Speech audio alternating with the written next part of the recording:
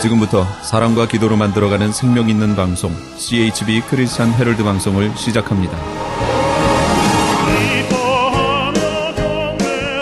매일 새벽 4시, 매일 밤 11시 하루의 시작과 마무리를 함께하는 CHB 크리스찬 헤럴드 방송은 크리스찬 헤럴드 신문과 가장 인기 있는 기독교 정보를 담고 있는 www.christianherald.com과 함께 오늘도 성실하게 여러분 곁에 함께할 것입니다.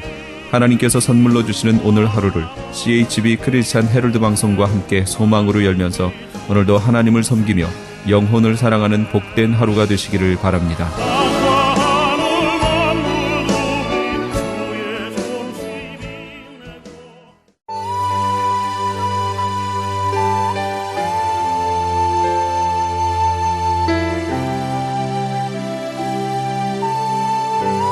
이 새벽을 주님과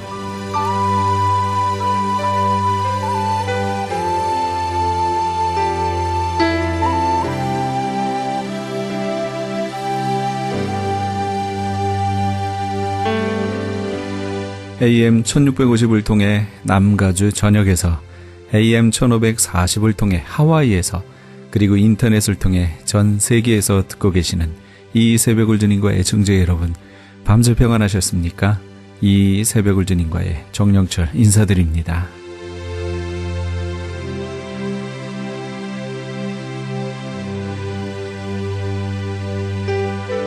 매주 금요일 이 시간에는 수영로교회 정필도 목사님의 말씀 먼저 보내드립니다. 오늘은 마태복음 8장 5절에서 13절까지의 말씀을 본문으로 하나님을 기쁘시게 한 사람 백부장이란 제목의 말씀 전해주시겠습니다. 큰아들은 미련한 아들입니다. 아버지의 근심이 되는 아들이에요. 아버지에게 기쁨이 되질 않아. 그저 툭하면 다 하려고만 하지 아버지에게 기쁨을 주지를 못해요. 그러나 작은 아들은 참으로 지혜로운 아들입니다. 아버지의 마음을 항상 기쁘시게 해드리니까 결국에는 다 하려고도 하지 않았는데 그 엄청난 포도원을 다 주시면서 축복을 해주셨어요. 잠언 23장 24절 5절에 보면 이런 말씀이 있어요. 의인의 아비는, 바르게 사는 의인의 아비는 크게 즐거울 것이요 지혜로운 자식을 낳은 자는 그로 말미암아 즐거울 것이니라. 내 부모를 즐겁게 하며 너를 낳은 아비를 기쁘게 하라 그랬어요. 바르게 사는 그런 자식을 둔 아버지는 얼마나 기쁘고 즐겁겠어요.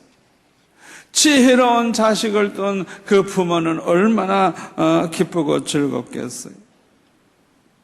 우리가 부모에게 효도하는 방법은 항상 부모님을 기쁘게 해드리고 즐겁게 해드리는 것이 참 효도인 줄로 믿습니다. 오늘날 소위 예수 믿는다고 하는 그리스도인들 중에는 지혜로운 사람도 있고 미련한 사람도 있어요. 미련한 크리스찬들은요, 하나님 앞에 밤낮 달라고 기도합니다. 2시간, 3시간, 4시간 그냥 얼마나 달라고 하는지 그냥 몸부림쳐 기도하면서 달라고 해요. 그런데 그의 평소의 삶을 보면 하나님을 기쁘시게 해드리는 삶을 살지를 않아요. 이게 미련한 그리스도인들이에요. 그러나 지혜로운 그리스도인들은 항상 하나님을 기쁘시게 해드리면서 사는 사람들인 것입니다. 하나님은 어떤 사람과 함께 해주시고 어떤 사람에게 축복을 하실까요? 물론 하나님을 기쁘시게 해드리면서 사는 그런 그리스도인들일 줄 믿습니다. 이것을 깨닫는 게 얼마나 중요한지 몰라요.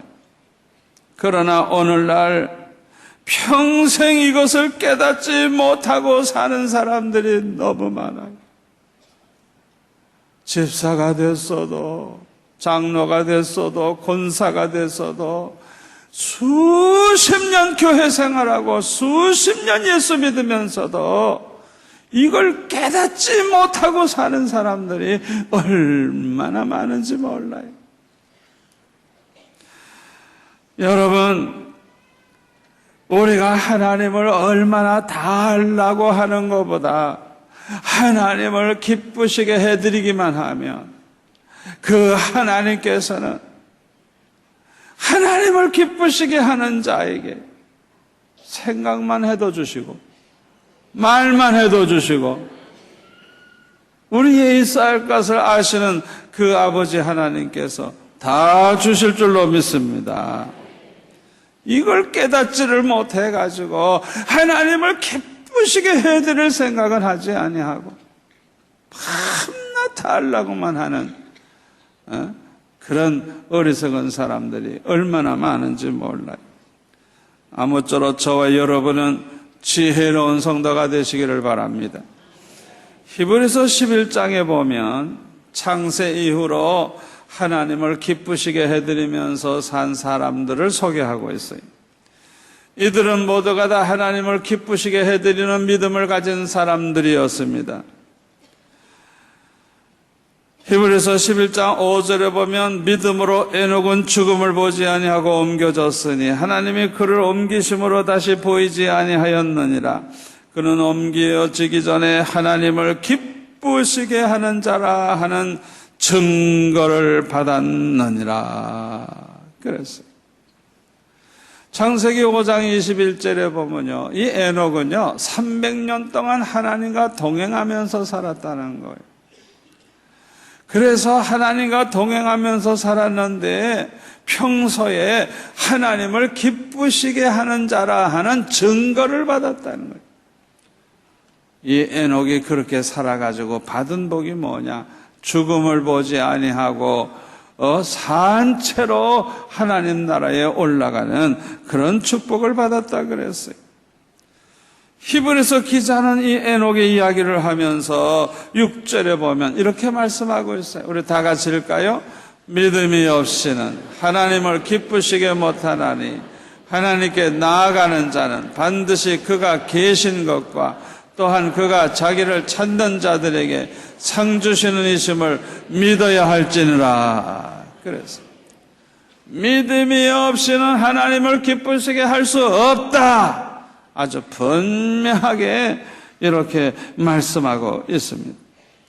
이 말씀은 얼마나 중요한지 모릅니다. 그런데 오늘 본문에 보면 예수님의 마음을 참으로 기쁘시게 해드린 사람을 소개하고 있어요. 그는 백부장입니다. 백부장. 이 백부장이라는 직분은 로마 군단 소속 장교의 호칭으로서 약 100명의 군사를 거느리고 그들을 통솔하고 지휘하는 그런 아주 중대장급의 계급으로 아주 그런 중요한 사람입니다. 이 백부장이 하는 일이 뭐냐 하면 점령한 그 땅, 그 지역의 치안 유지를 하고 반란 폭동을 제지하고 식민지 백성들을 지배하고 사형을 집행하는 그런 일들을 했어요. 대부분의 로마 군인들은 아주 잔인했다고 합니다. 난폭한 기질을 가지고 있었기 때문에 이스라엘 백성들과는 늘 충돌을 하고 아주 관계가 좋지 아니했다고 합니다. 특별히 본문에 나오는 이 백부장은 아주 지형적으로 중요한 그런 지역을 맡은 사람이에요. 다시 말하면 가버나움이라고 하는 그 국경에 인접한 그 지역을 담당을 했는데 아주 중요한 무용로라고 합니다. 그래서 이곳의 치안 유지가 너무 중요하기 때문에 이 백부장에게 맡겨서 그 지역을 이제 잘 다스리도록 그렇게 했던 것입니다. 그 당시 로마의 식민지 정책은요, 그 식민지 백성들에게 얼마의 자치성을 인정해 주고 그 대신 군대를 주둔시켜서 군대로 하여금 치안 유지를 하고 반란을 사전에 예방하도록 견제하는 역할을 했다고 합니다. 그런데 이 일을 할 때 이 백부장이 핵심이 돼가지고 독자적으로 임무를 수행하게 됐는데 거기에 지휘관으로 있는 사람이 오늘 본문에 나오는 사람인 것입니다. 이렇게 파견된 부대의 지휘관은 황제의 대리인이며 그에 맞는 권한이 주어졌다고 합니다. 대단한 권세를 가지고 있었던 거예요. 오늘 본문에 나오는 백부장은 그렇지 않지만은 대부분의 백부장은 아주 무자비한 통치를 시행했다고 합니다. 그런데 이 백부장에게 그 하인이 중풍병에 걸린 거예요. 그런데 오늘 본문 내용을 보면 이 백부장이 그 하인을 너무너무 사랑한다는 걸 알 수가 있어요. 그래서 어떤 신학자는 이 하인은 바로 그의 아들이었을 것이다, 그렇게 얘기하는 사람도 있어요. 그러나 그보다도 더 이해가 되는 해석은 이 충성스러운 이 하인은 백부장이 전쟁할 때도 수행을 하고 어디를 가지고 데리고 다니는데 얼마나 충성을 하는지, 이 백부장에게 많은 은혜를 끼친 사람이에요. 그러니까 이 백부장이 너무너무 아끼고 사랑하는 그런 하인이었던 것입니다. 그래서 이 하인이 병들었을 때 예수님께 찾아와서 고쳐달라고 그렇게 말을 했던 거예요. 그런데 오늘 보면 10절에 보면 예수님께서 이 백부장의 믿음을 보시고 칭찬하시는 말씀을 하고 있습니다. 10절에 보세요. 예수께서 들으시고 놀랍게 여겨. 이 백부장의 믿음을 보고 예수님이 놀랬대요. 따르는 자들에게 이르시되 내가 진실로 너에게 이르노니 이스라엘 중 아무에게서도 이만한 믿음을 보지 못하였노라. 이만한 믿음을 보지 못하였노라.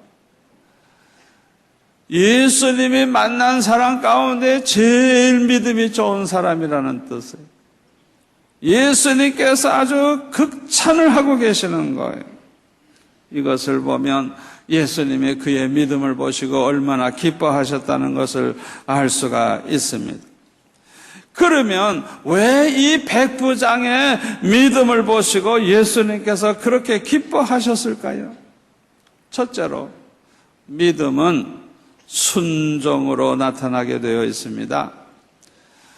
믿음이라고 하는 것은 순종으로 나타나게 되어 있어요. 믿음과 순종은 정비례합니다. 믿음이 좋아지면 좋아질수록 순종을 잘해. 믿음이 아주 좋은 사람은 죽도록 순종해. 자원해서 순종해. 기쁨으로 순종해. 아멘. 순종하는 태도가 달라요. 태도가 달라요. 이 믿음과 순종은 언제나 정비례하는 거예요. 그래서 요한복음 3장 36절에 보면 이렇게 말씀하고 있습니다. 다 같이 읽을까요? 아들을 믿는 자에게는 영생이 있고 아들에게 순종하지 아니하는 자는 영생을 보지 못하고 도리어 하나님의 진노가 그 위에 머물러 있느니라. 자 보세요. 아들을 믿는 자에게는 영생이 있고 아들에게 순종하지 아니하는 자에게는 영생이 뭐예요? 영생을 아예 보지도 못하고 도리어 하나님의 진노가 그 위에 머물러 있느니라. 그러니까 예수님에게 순종하는 것, 이것은 예수님을 믿는 것과 같은 거예요. 같은 거예요. 이 믿음이 순종으로 나타나는 거예요. 그러므로 그 사람이 어떻게 하나님께 순종하느냐, 그 사람이 어떻게 하나님의 말씀대로 순종하느냐, 그 사람이 어떻게 하나님의 뜻대로 순종하느냐, 그것을 보면 그 사람의 믿음의 수준을 알 수 있는 것입니다. 야고보 사도는 뭐라 그랬어요? 행함이 없는, 순종하는 행함이 없는 믿음은 죽은 믿음이라 그래서 죽은 믿음. 죽은 믿음입니다. 믿음은 행함이 중요한 것입니다. 믿음은 하나님께 순종하는 것이 중요한 것입니다. 아브라함을 보세요. 믿음의 조상 아브라함은 하나님 앞에 철저히 순종했어요. 창세기 12장 1절에 보면 내 본토 친척 아비집을 줬더나 내가 내게 지시할 땅으로 가라. 그럴 때 본토 친척 아비집을 다 버리고 떠났어요. 그리고 어디로 갈 바도 알지 못하지만은 하나님 말씀만 쫓아서 갔어요. 날마다 순종하는 삶을 살았어요. 22장에 보면 100세에 낳은 독자 이삭을 모리아산에 데리고 가서 번제로 드리라 그랬어요. 그런데 무조건 순종을 했어요. 어떻게 이렇게 순종할 수가 있었을까요? 그것은 그만큼 하나님을 신뢰했기 때문이에요. 둘째로 믿음의 사람이 하나님께 순종할 수 있는 것은 하나님을 신뢰하기 때문인 것입니다.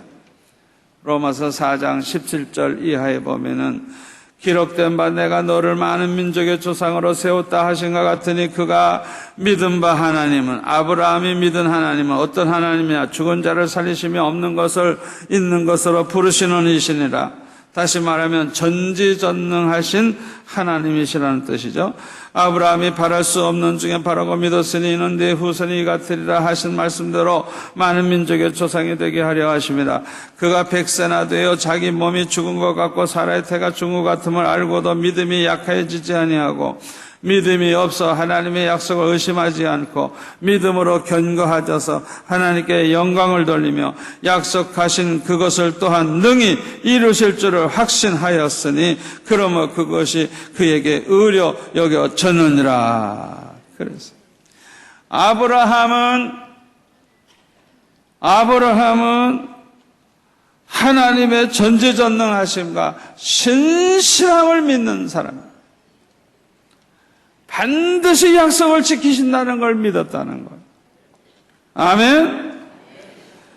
그렇기 때문에 그들은 자기 몸이 100세가 되고 부인이 90세가 돼서 아이를 낳기가 불가능함에도 의심하지 않았다는 거예요. 왜? 하나님은 전능하시고 하나님은 신실하시고 반드시 약속을 지키시니까 우리가 아무리 나이 먹어도 하나님은 반드시 그대로 이루신다는 걸 믿었다는 거예요.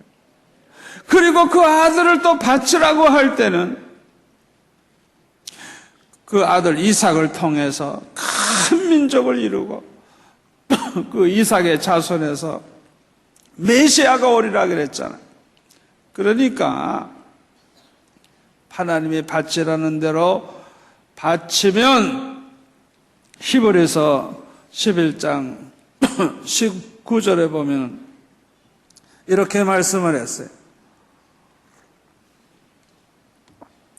그가 하나님의 능히 이삭을 죽은 자 가운데서 다시 살리실 줄 생각한지라. 아멘. 아브라함은 순종만 하면 되는 거예요.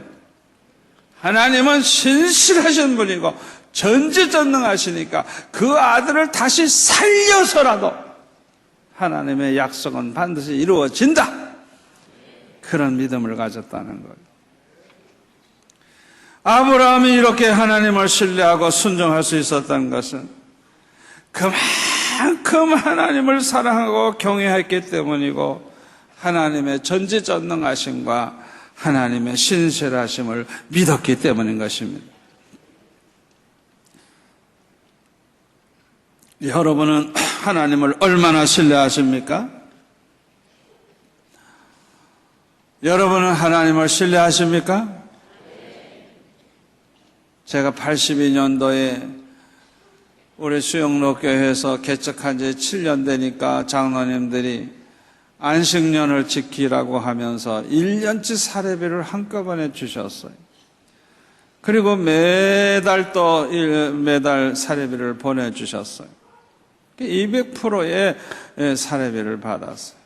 많은 돈을 가져갔으니까 가자마자 도요타 차도 한 대 사고 풀로 신학교, 리폼도 신학교, 박사과정 2군데 하고 그냥 하고 싶은 거 다 하죠 그렇게 몇 달을 지났는데 부산에서 전화가 왔어요. 큰일 났다고. 왜 그러냐 그랬더니 글쎄 제가 미국의 어느 교회에 부임을 해가지고 설교하는 걸 들었다는 거예요. 저는 지금 공부하느라고 정신이 없는데 제가 어느 교회에 부임을 해가지고 부임 설교하는 걸 들었다는 거예요. 거짓말을 해도요 100% 거짓말. 이 교회 나오는 사람들 가운데 지옥 갈 사람 많습니다. 아주 뻔뻔스럽게 거짓말합니다. 제가 그런 일이 없는데 어떻게 그걸 봤다고 말을 하면 그 사람의 말이 100% 거짓말이지 그게 사실입니까? 7년 동안 그냥 모든 것 다 바치고 죽도록 충성을 해서 교회가 그냥 재적이 한 2,000명 이상 되는 교회가 되고 출석을 한 1,400명 되는 교회가 됐는데 성도들은 너무너무 순박하고 너무너무 그렇게 아주 순수하신 분들이기 때문에 그 거짓말하는 사람의 말을 그대로 믿었어요. 그러니까 다 울고 정 목사도 별거 아니구나. 미국 가더니 변해가지고 주저앉았구나. 이래가지고 다 실망을 하고 운다는 거예요. 야, 그 말을 들을 때 얼마나 마음이 아픈지. 아니 내가 7년 동안 얼마나 충성을 했는데 그래 나를 믿어주지 않고 그 거짓말쟁이를 믿어? 얼마나 마음이 아픈지. 아버지 나는 실패자입니다. 성도들이 믿을 수 없는 목사가 됐으니 나는 실패자입니다. 너무 마음이 아파가지고 막 울면서 기도하는데 갑자기 주님이 말씀하시기를 너는 나를 믿어줬느냐? 너는 나를 믿어줬느냐? 갑자기 책망하시는 음성이 들려오는 거예요. 나 같은 죄인, 나 같은 부족한 사람도 믿어주지 아니할 때 그렇게 마음이 아픈데 완전하신 하나님, 전지전능하신 하나님, 신실하신 그 하나님을 우리는 100% 믿지를 못하고 때로는 의심을 하고 때로는 걱정할 때가 얼마나 많아요. 나 같은 죄인도 안 믿어줄 때 이렇게 마음이 아픈데 우리 주님의 마음은 얼마나 아프실까? 그게 그냥 떠오르는데 내 마음 아픈 거는 그냥 잊어버리고 그냥 주님 마음 아프게 해드린 그것을 생각하니까 얼마나 죄송한지 그냥 울고 불고 회개하면서 아버지 용서해 주세요. 아버지 용서해 주세요. 나 같은 죄인도 성도들이 안 믿어줄 때 이렇게 마음이 아픈데 이 부족한 종 주님, 완전하신 주님을 내가 믿어드리지 못할 때 주님 얼마나 마음이 아프셨습니까? 내가 다시는 그런 일이 없을 겁니다. 100% 믿을 것입니다. 무조건 믿을 것입니다. 하면서 회개했어요. 그래서 제가 이 주님의 음성을 듣고 회개한 것을 간증을 해가지고 설교 한 편을 만들어가지고 테이프에 녹음을 해서 한국에 보내가지고 수요일 날 예배 때 다들 그 테이프를 틀어서 그 설교를, 제 설교를 들었다 그래. 그때 성도들이 다 울었다 그래. 다 울었다 그래. 그동안 거짓말쟁이 말만 듣고, 일시라도 의심했던 거, 다 그것을 그냥 깨닫고 울었다 그래. 그 다음부터는 나를 이렇게 믿어줘서 얼마나 감사한지. 너무너무 감사해요. 여러분, 하나님을 신뢰하십니까? 예수님을 신뢰하십니까? 주님은 전지전능하십니다. 신실하십니다. 약속을 반드시 지키십니다. 반드시 책임지십니다. 의심하지 마세요. 걱정하지 마세요. 그런데 오늘 본문에 나오는 백부장은 순종할 준비가 되어 있는 사람이었습니다. 그래서 오늘 보면 8절에 보면은 백부장이 말하기를 주여 내 집에 들어오심을 나는 감당하지 못하게 싸우니 다만 말씀으로만 하옵소서. 그러면 내 하인이 낫게 삼나이다. 나도 남의 수하에 있는 사람이요 내 아래도 군사가 있으니 이더러 가라 하면 가고 저더러 오라 하면 오고 또 내 정도로 이것을 하라 하면 하나이다. 이렇게 말을 했어요. 말씀만 하옵소서. 순종하겠습니다. 내 수하에도 이 부하들에게 가라 하면 갑니다. 오라 하면 옵니다. 하라 하면 합니다. 나에게도 말씀만 하옵소서. 말씀만 하옵소서. 순종하겠습니다. 얼마나 아름다운 모습입니까? 백부장의 이 태도를 보신 예수님은 10절에 보니까 예수님께서 들으시고 놀랍게 여겨. 예수님이 아주 놀라셨어요. 따르는 자들에게 이르시되 내가 진실로 너에게 이르노니 이스라엘 중 아무에게서도 이만한 믿음을 보지 못하였노라. 이 백부장의 믿음은 참으로 위대한 믿음이었던 것입니다. 그래서 예수님이 그의 믿음을 칭찬하신 거예요.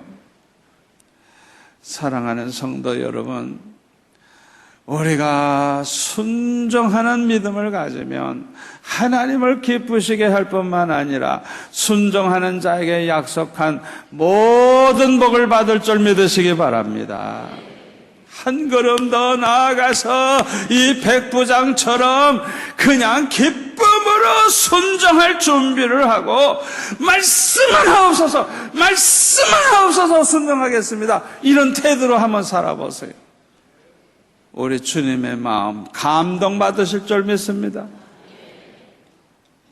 여러분, 우리는 이렇게 순종할 마음, 기쁨으로 순종할 마음을 가지고 언제나 살아가셔서 하나님 앞에 기도하는 것은 물론 생각만 해도 이루어지는 그 복을 받아 누리시기를 축원합니다.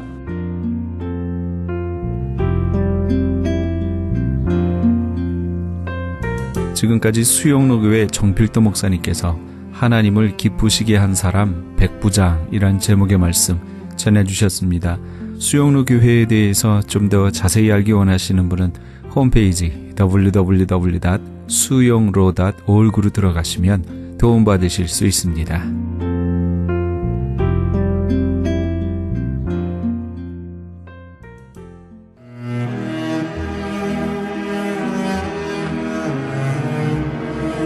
크리스천 헤럴드는 신문과 라디오는 물론 TV, 인터넷을 통해 예수님의 복음을 가장 멀리, 가장 많이 전하는 종합 미디어입니다. 이런 사역을 감당하기 위해서는 우리 애청자 여러분의 후원과 기도가 절실히 필요합니다. 예수님이 우리에게 맡겨주신 이 지상 사역에 함께 동참하시지 않으시겠습니까?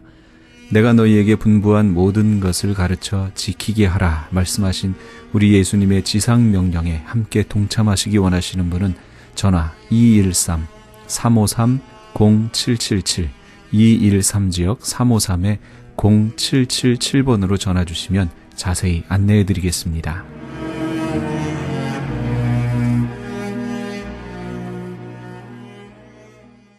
지금 여러분께서는 AM 1650과 인터넷을 통해 미 전역과 전 세계에서 하와이에서는 AM 1540으로 방송되는 크리스찬 헤럴드의 이 새벽을 주님과 일부 함께하고 계십니다. 방송 시간과 설교 편성표는 크리스찬 헤럴드 신문 주간 편성표나 홈페이지 cheraldus.com에서 확인하실 수 있습니다. 계속해서 이 시간에는 서부 한인교회 김강욱 목사님의 말씀 보내드립니다. 오늘은 마태복음 11장 1절에서 19절까지의 말씀을 본문으로 복음의 참 가치를 떠나 형식에 얽매이는 종교인이란 제목의 말씀 전해주시겠습니다. 19세기에 구라파 곧 유럽이죠. 신학적으로 봐서 엄청난 소용돌이 속에 있었어요. 그것을 일컬어서 자유주의 신학이라 그럽니다.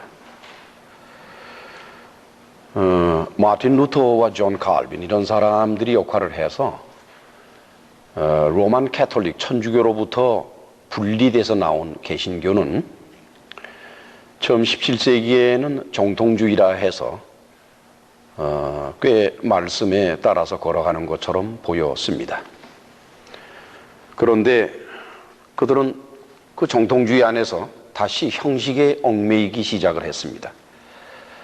마틴 루터는 종교개혁을 일으키면서 로만 캐톨릭 천주교가 교인들의 삶이나 이런 것을 형식 속에 몰아 넣었다고 해서 그로부터 해방되기 위해서 나왔다 이렇게 되어 있었는데, 거기서 나온 개신교는 자기도 모르는 사이에 다시 이것저것 원칙과 종교적인 형식 속에 다시 몰아넣기 시작을 합니다. 그래서 심지어는 리추얼이라고 해서 예배를 어떻게 드려야 되는가라는 예배 형식마저 그들을 묶는 수단이 됐지요.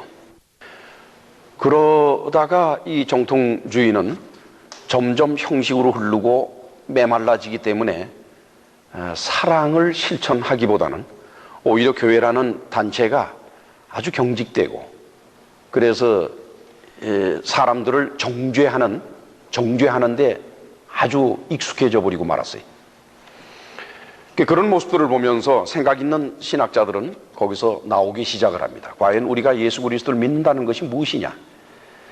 이렇게 우리가 가장 바르게 사는 것처럼 생각하면서 다른 이들을 정죄하고 그것이 과연 우리 그리스도인의 갈 길인가? 아니다. 그럼 어떻게 해야 되느냐? 우리는 사랑을 실천해야 되겠다. 그래서 18세기에 들어와서 사랑을 실천하는 방향으로 기독교는 변화되기 시작을 합니다. 그래서 가난인들도 구제하고 또 여러 가지 선한 일을 하는 쪽으로 많이 흘러가지요. 그러다 그것이 이제 극단으로 흘러가면서 예수 그리스도, 하나님의 아들 예수 그리스도를 인류에 태어난 인간 가운데에서 가장 사랑을 바르게 실천하고 또 그 사랑 안에서 스스로를 목숨을 내어준 위대한 분이다라는 식으로 이렇게 하기 시작을 해서 하나님의 아들이 점점 사람의 것으로 변화가 되기 시작을 합니다. 그래서 일어난 것이 바로 자유주의 신학이라고 하는 거예요. 자유주의 신학은 표면적으로는 지역사회나 또는 국가에, 그리고 어려운 이들과 가난한 사람들과 고난받는 사람들에게 선을 베풀어 나가고 구제하며 좋은 일을 한다는 그런 표면적인 이유가 있기 때문에 그 당시 사람들은 자유주의 신학을 공격할 수가 없었어요. 겉모습이 좋으니까. 그러나 내면으로 들어가면은 결국 하나님의 아들 예수 그리스도의 신분을 하나님으로부터 인간으로 끌어내는 그런 일들을 했지요. 그때 참으로 이름나고 대단한 신학자들이 많이 나왔습니다. 결국 자유주의 신학 안에서 독일은 세계전쟁을 일으킵니다. 히틀러가 제2차 세계대전을 일으킬 때 그 사람에게 용기를 불어넣어주고 도장을 찍어준 사람들은 바로 독일에 있는 유명한 자유주의 신학자들입니다.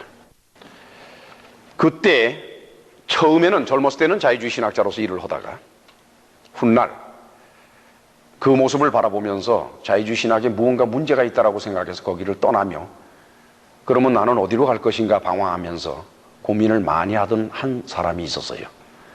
그 사람은 결국 그 자유주의 신학에서 구라파를 구원하는 사람이 되었고, 그 자유주의 신학은 엉겹결에 미국에까지 옮겨와서 미국의 교회 전체가 그 자유주의 신학 속에 휘몰려 들어갈 때 그 모든 교회들을 자유주의 신학으로부터 구원해서 다시 하나님의 말씀으로 되돌아오게 한 위대한 신학자가 있는데, 그 사람이 바로 독일 사람으로서 칼 바르트라고 하는 사람입니다. 신학의 범주로서는 칼 바르트의 신학을 우리는 신정통주의라 그래요. 그리고 그 사람은 위대한 저서를 남겼는데 이게 Church Dogmatics라고 하는 위대한 저술입니다. 아주 그냥 조그만 깨알 같은, 그러니까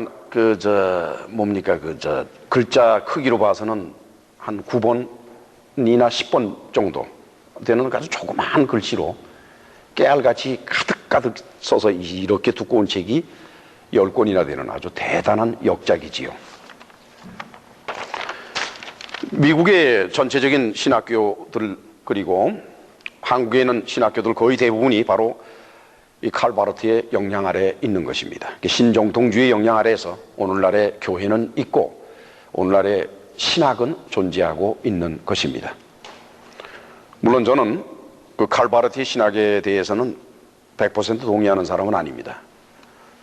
그분의 철시 도그마틱스를 읽고 또 그분의 신학을 연구를 했습니다만 상당히 위대한 점은 있지만, 그러나 왠지 저하고는 좀 거리가 먼 것 같아서 그분의 신학에 대해서는 100% 동의를 하지는 않습니다. 그러나 한 세대를 풍미하며 전 세계의 교회를 자유주의 신학으로부터 건져낸 위대한 사람 칼 바르트는 어떻게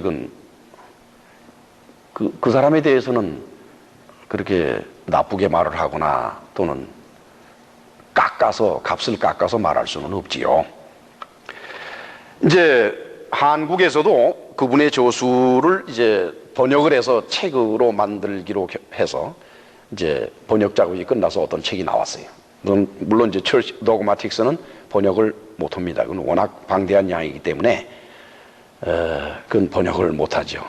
영어로만 번역되어 있으니까 제가 가지고 있는 거는 이제 영어본입니다. 그런데 이제 문제가 일어났어요. 뭐가 문제가 일어나는 거니? 그분의 저서에 독일어 파는 책 표지가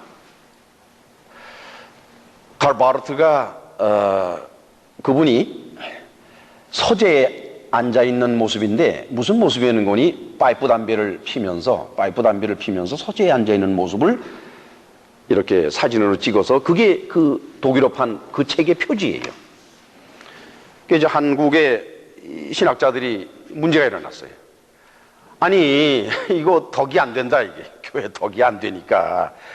이 독일어판 표지 그대로 표지를 만들어서 내놓으면은 이거 문제가 된다, 이게. 그래서 갑론을 막 말이 많다가 그 칼 바르트의 그 출판사에 연락을 해서 양해를 구했어요. 우리 한국의 기독교 교회의 정서는 담배와 술을 금하는 것으로 되어 있는데 이게 덕이 안 되니 다른 사진을 좀 보내주겠느냐. 그래서 그때 독일 신학자들과 독일 출판계에서는 웃었다고 그러죠. 저 사람들이 도대체 무엇을 믿길래 저러는가. 그래서 상당히 좀 망신스러운 사건들이었습니다만 결국 그래도 이제 하나를 보내줬어. 이게 뭔 거니까 칼 바르트가 서재에서 이렇게 일어서 서 있는 모습이에요.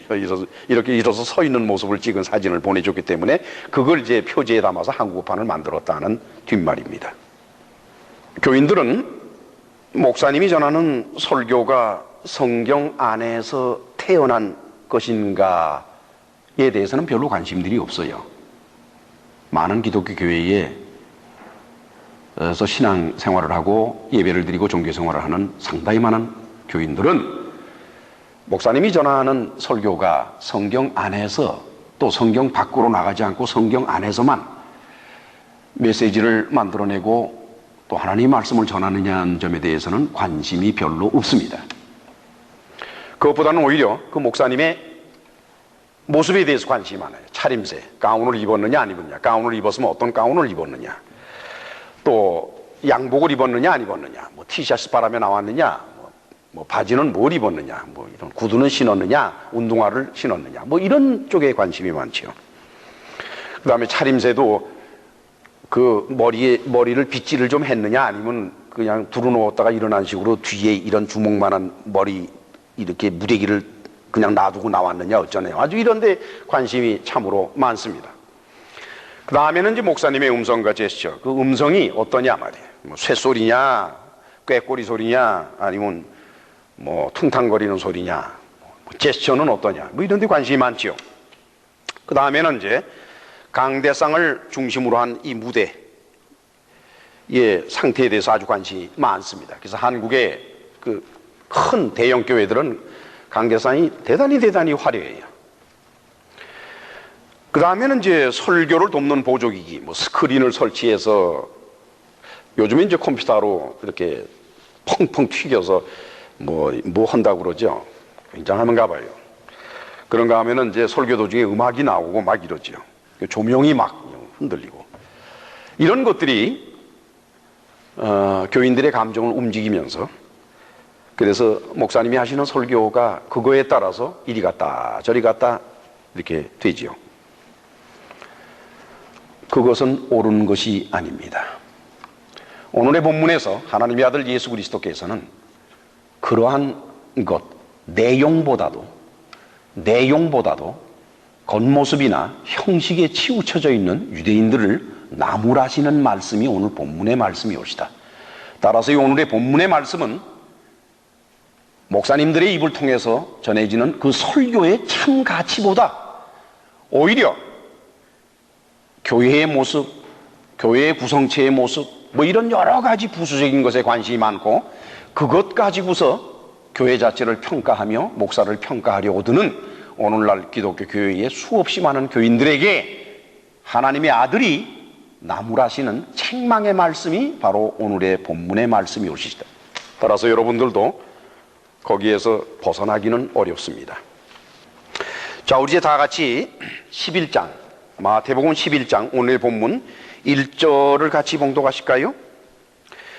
예수께서 12제자에게 명하시기를 마치시고 이에 저희 여러 동네에서 가르치시니 전도하시려고 거기를 떠나 가십니다. 먼저 마태는 11장 1절에서 예수께서 그 전에 그 앞에서는 이제 제자들로 하여금 복음을 전하도록 이렇게 권면하시고 그리고 그들에게 하나님의 아들이 가지고 계신 엄청난 파워를 그들에게 전해주시는 그런 장면을 그 앞 곧 마태복음 10장 마지막 부분에서는 그 말씀을 이렇게 기록해 놨지요.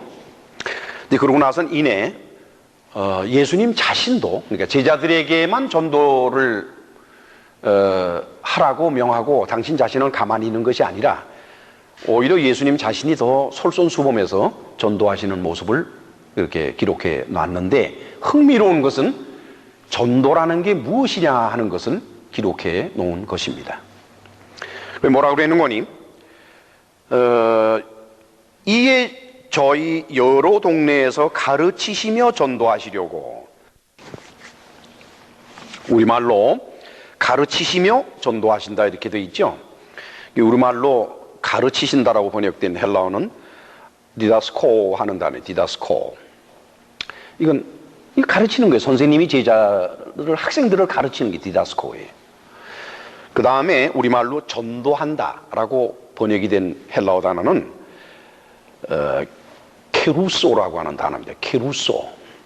근데 케루소라고 하는 단어는 영어로 번역을 하면 proclaim이 돼요. proclaim. proclaim이라고 하는 것은 선언하는 것. 즉 목사가 강대상에서 하는 설교를 케루소라고 합니다.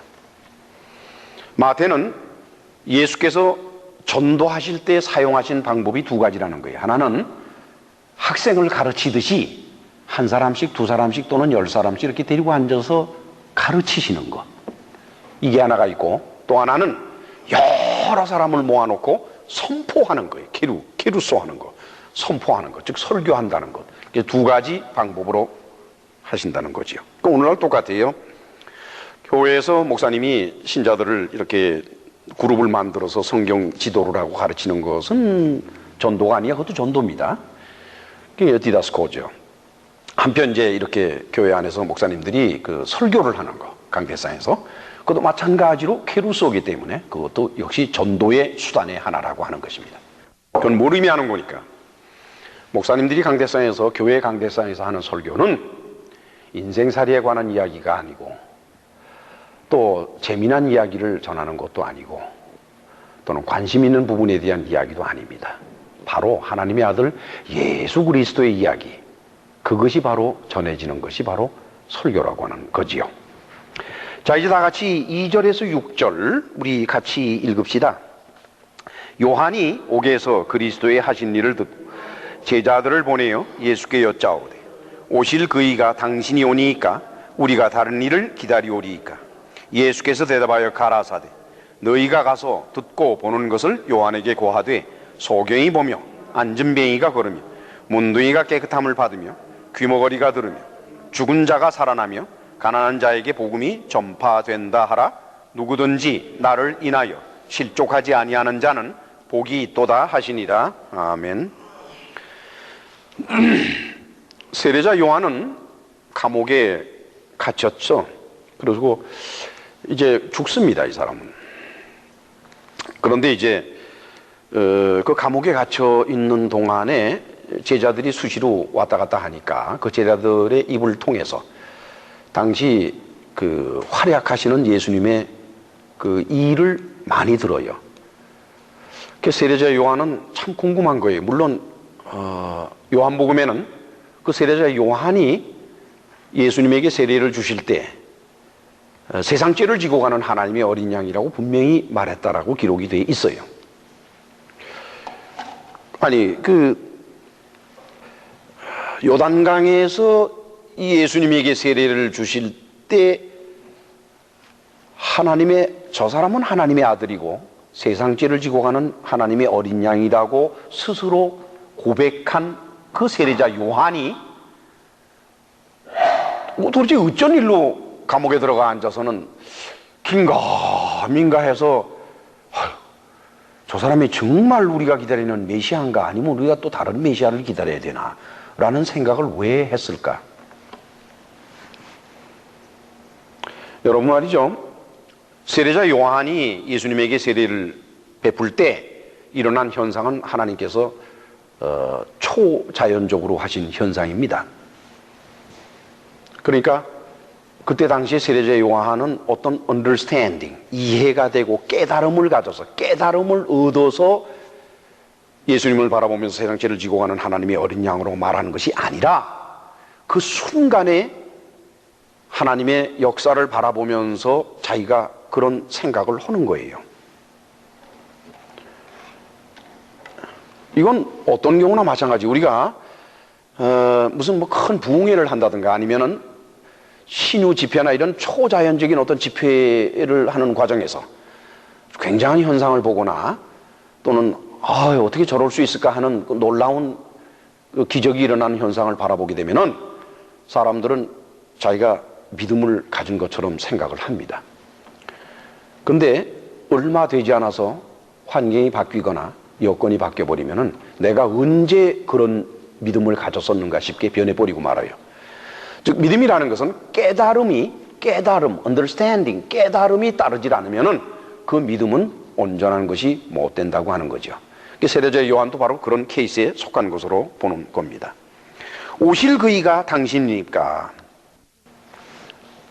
이거는 오신다 하는 그거 자체가 갖는 의미는 메시아, 즉 구세주에 대한 유대인의 오래된 소망이에요. 그건 어디에서 시작되는 거니? 신명기 18장 15절에 모세가 기록해 놓은 그런 약속에 의해서 이스라엘 민족은 전통적으로 오실 그이에 대한 소망을 가지고 있었어요. 네 하나님 여호와께서 너의 종 너의 형제 중에서 나와 같은 선지자 하나를 너를 위하여 일으키리니 너희는 그를 들을지어다 그랬어요. 예수님께서는 그거에 대해서 뭐라고 답변하시는 거니까 너희가 보고 듣는 것을 요한에게 전하라 이거예요. 내가 나 자신에 대해서 뭐라고 말하지는 않겠다. 그건 아무런 의미가 없는 거예요. 사실상 여러분들 말이죠, 저와 여러분들이 어떤 일이 있거나 어떤 상황에 처했을 때에 우리가 우리 자신에 대해서 뭐라고 말하들지라도 그게 소용이 없어요. 상대편에서 그걸 받아주고 인정을 해줘야지, 내가 아무리 나를 변명을 하고 아무리 나에 대해서 뭐라고 표현한다고 해서 그 아무런 의미가 없어요. 예수님이 그러시는 거예요. 내가 나에 대해서 말하는 것보다 너희들이 보고 듣는 것을 그대로 세례자 요한에게 전해라. 그러면 세례자 요한은 선지자니까 내가 누구인지를 알 것이다, 이렇게 말씀하시는 거죠. 5절을 바라보니 소경이 보며 안진뱅이가 걸으며 문둥이가 깨끗함을 받으며 귀머거리가 들으며 죽은 자가 살아나며 가난한 자에게 복음이 전파된다 하라. 이건 이사야서 35장 5절에서 6절 그리고 이사야서 61장 1절에 기록이 되어 있는 내용을 묶어서 예수께서 하신 말씀이올시다. 이사야 선지자는 그 메시아에 대한 예언을 가장 많이 그리고 포괄적으로 그러면서 굉장히 자세하게 전한 선지자입니다.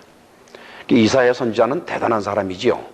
근데 그 사람이 군데군데에서 메시아가 어떤 고난을 받을지 또 메시아는 어떤 성격의 사람인지 하는 것을 군데군데에서 말합니다. 그것이 바로 이사야서입니다. 거기에 35장 5절에서 6절 그리고 61장 1절의 내용이 바로 이런 것이지요. 그러시면서 6절에 이런 말씀을 하죠. 나를 인하여 누구든지 나를 인하여 실족하지 아니하는 자는 복이 있도다. 갑자기 왜 그런 말씀을 하실까요? 나를 인해서 실족한다.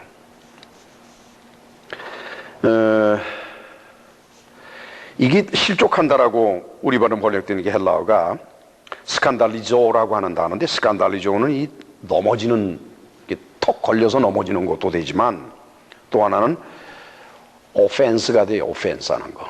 그러니까 남을 공격하는 거죠. 남을 공격하는 것이 이 말의 뜻이기도 해요. 여러분 말이죠. 여러분들도 잘 생각을 해보세요. 복음이라는 게 과연 무엇일까? 복음에 대한 바른 이해를 정말 가지고 있을까? 기독교회를 다니는 많은 분들이 종교 생활을 하고 있지요. 그러니까 하나의 종교에는 형식이 있고 또 그 다음에는 종교에는 단체가 있고 또 종교에는 바라는 것이 있습니다. 또 종교에는 신이 있고 이런 그냥 그런 테두리 속에서 이렇게 살지요. 그러니까 상당히 많은 경우에 교회를 다니시는 분들의 종교 생활은 자기의 인생살이와 연결이 돼 있어요. 다 인생살이와 연결이 돼 있어요.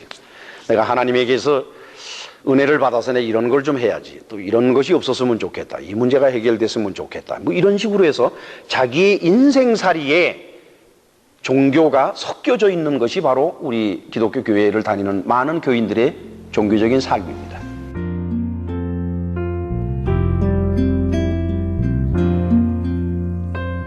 지금까지 서부 한인교회 김강웅 목사님께서 복음의 참 가치를 떠나 형식에 얽매이는 종교인이란 제목의 말씀 전해주셨습니다. 오늘 말씀의 2부는 다음 주 이 시간에 이어집니다. 서부 한인교회는 시애틀, 워싱턴에 위치하고 있습니다. 신앙상담이나 교회에 대해서 좀 더 자세히 알기 원하시는 분은 전화 425-879-3364 425지역 879-3364 서부 한인교회로 연락 주시기 바랍니다.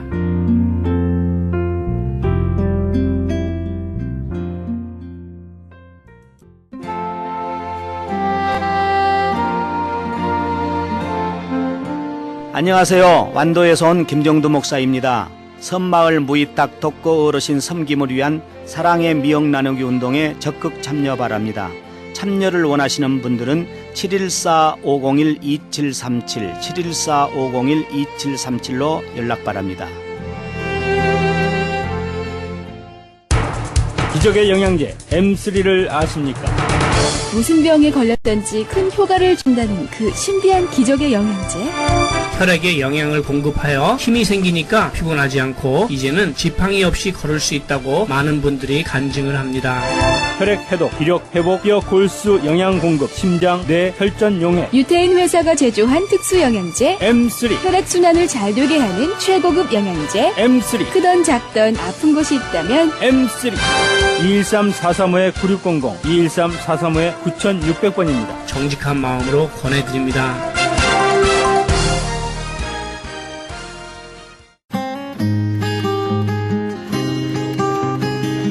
교계 게시판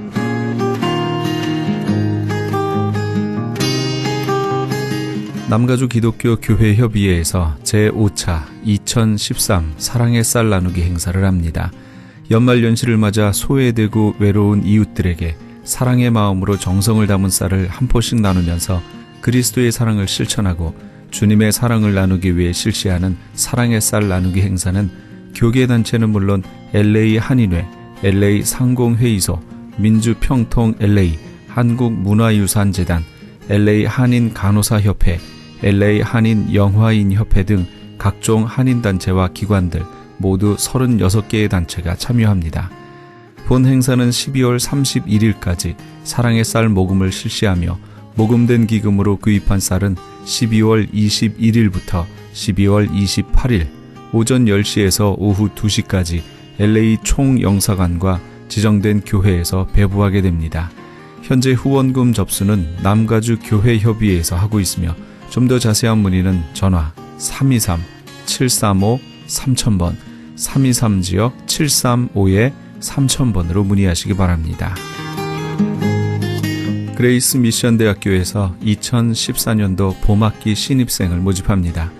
본 학교는 플러튼에 있는 은혜 한인교회 캠퍼스에 있으며 제공하는 학위는 4년제 학사, 2년제 석사, 3년제 목회학 석사, 그리고 선교학 박사 과정이 있습니다. 그레이스 미션 대학은 ABHE와 트랙스 정회원 학교입니다. 특히 선교학 석사와 선교학 박사 과정 신입생을 환영합니다. 2014 봄학기 개강은 2월 3일에 있습니다.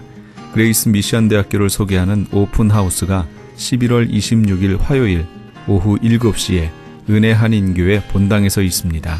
좀 더 자세한 사항은 714-525-0088 714지역 525-0088번으로 문의하시기 바랍니다. 울타리 선교회에서 한인 어르신들을 위한 무료 간식 제공을 합니다. 매주 월요일부터 목요일까지 오전 10시에서 11시 30분까지며 장소는 올림픽과 놀만디에 있는 노인회관입니다. 좀 더 자세한 문의는 213-819-3300 213지역 819-3300번으로 문의하시기 바랍니다. 교계 게시판에 대한 좀 더 자세한 사항은 크리스천 헤럴드 신문 교계 소식란을 참조하시기 바랍니다.